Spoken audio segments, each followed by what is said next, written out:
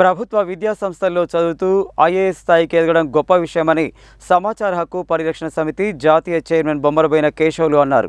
గ్రామీణ ప్రాంతాల్లో పుట్టి పెరిగి ప్రభుత్వ విద్యా సంస్థల్లో అభ్యసించి ఐఏఎస్గా ఎంపికైన చొల్లేటి ప్రభాకర్ జీవితం నేటి తరం యువతీ యువకులకు ఆదర్శనీయమని అన్నారు.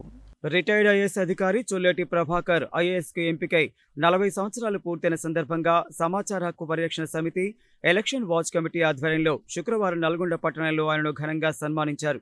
ఈ సందర్భంగా కేశవులు మాట్లాడుతూ మునుగోడులో పుట్టి సివిల్ సర్వీసెస్ ఎంపికైన చొల్లేటి ప్రభాకర్ జీవితం ఎంతో మందికి ఆదర్శమని, నేటి తరం యువతీ యువకులు ఆయన జీవితాన్ని ఆదర్శంగా తీసుకుని పోటీ పరీక్షలలో సత్తా చాటి జీవితంలో ఉన్నత స్థానాలకు ఎదగాలని సూచించారు. సన్మాన గ్రహీత రిటైర్డ్ ఐఏఎస్ అధికారి చొల్లేటి ప్రభాకర్ మాట్లాడుతూ గ్రామీణ ప్రాంతాలకు చెందిన యువతీ యువకులు చాలా తక్కువ మంది యూపీఎస్సీకి దరఖాస్తు చేస్తున్నారని, కొంతమందికి యూపీఎస్సీ అంటే తెలియదని, ఇది చాలా బాధాకరమని అన్నారు.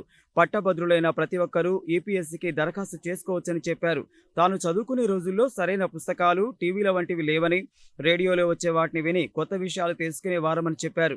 ప్రస్తుతం అన్ని రకాల పుస్తకాలు, ప్రసార మాధ్యమాలు, సమాచారం, శిక్షణలు అందుబాటులో ఉన్నందున అర్హత ఉన్న ప్రతి ఒక్కరూ యూపీఎస్సీ పోటీ పరీక్షలకు సన్నద్ధం కావాలని సూచించారు. తనకు సన్మానం చేసినందుకు కృతజ్ఞతలు తెలిపారు. ఈ కార్యక్రమంలో జినుకుల హరిప్రసాద్, పిట్టల శంకర్, పూల సత్యనారాయణ, శ్రీదుర్గ, రేణుక, జ్యోతి, అర్జున్, శ్రీనివాస్ తదితరులు పాల్గొన్నారు.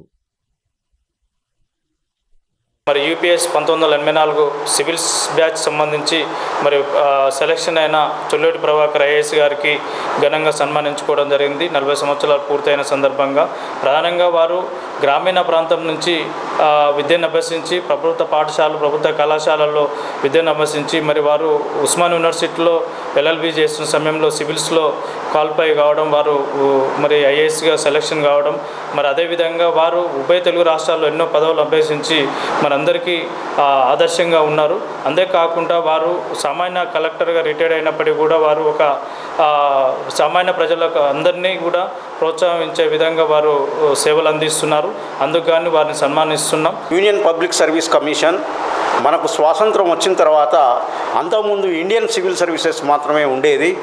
అందులో మన భారతీయుల్లో బ్రిటిష్ సామ్రాజ్యంలో కేవలం 3 మాత్రమే మరి సెలెక్ట్ కావడం జరిగింది.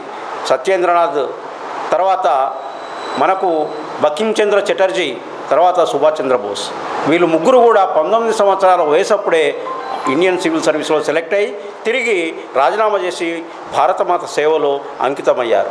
ఆ తర్వాత మనకు 1950 నుంచి రాజ్యాంగం వచ్చిన తర్వాత Indian administrative service, union public service commission ద్వారా ఒక డిగ్రీ చేసిన వాళ్ళు ఎవరైనా కానీ పరీక్ష రాయొచ్చు. పేద, బిక్కి, ధనవంతులని కాకుండా చదువున్న వాళ్ళు 21 సంవత్సరం దాటిన వాళ్ళు ఈ ఎగ్జామ్ రాయొచ్చు. అయితే 79 నుంచి ప్రిలిమినరీ, మెయిన్ ఇంటర్వ్యూ ఉంది. ఇప్పుడు 2013 నుంచి సివిల్ సర్వీస్ ఆప్టిట్యూడ్ టెస్ట్గా మారింది. మరి ప్రతి యువతీ యువకులు డిగ్రీ చదివిన వాళ్ళు తప్పకుండా యూపీఎస్ ఎగ్జామ్లో మరి అపియర్ అయ్యి మీరు కూడా అందరు ఐపీఎస్, ఐఏఎస్లు కావాలని నేను నల్గొండ జిల్లా ప్రజలనే కాదు రాష్ట్రంలో ఉన్నటువంటి తెలంగాణ అన్ని జిల్లాల ప్రజలను, విద్యార్థులను కోరుతున్నాను.